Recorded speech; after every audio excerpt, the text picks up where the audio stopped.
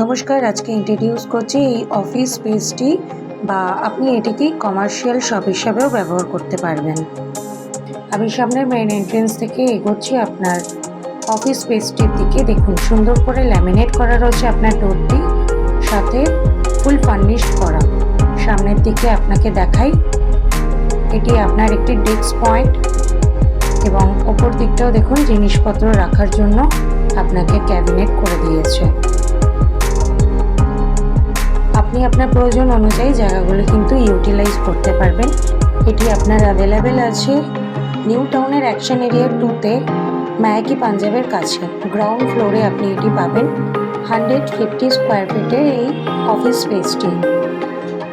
আমি রুমের ভেতরে ঢুকে আপনাকে দেখাচ্ছি। দেখুন, সুন্দরভাবে ডেকোরেট করা রয়েছে, সাথে আপনাকে একটি এসিও লাগিয়ে দিয়েছে।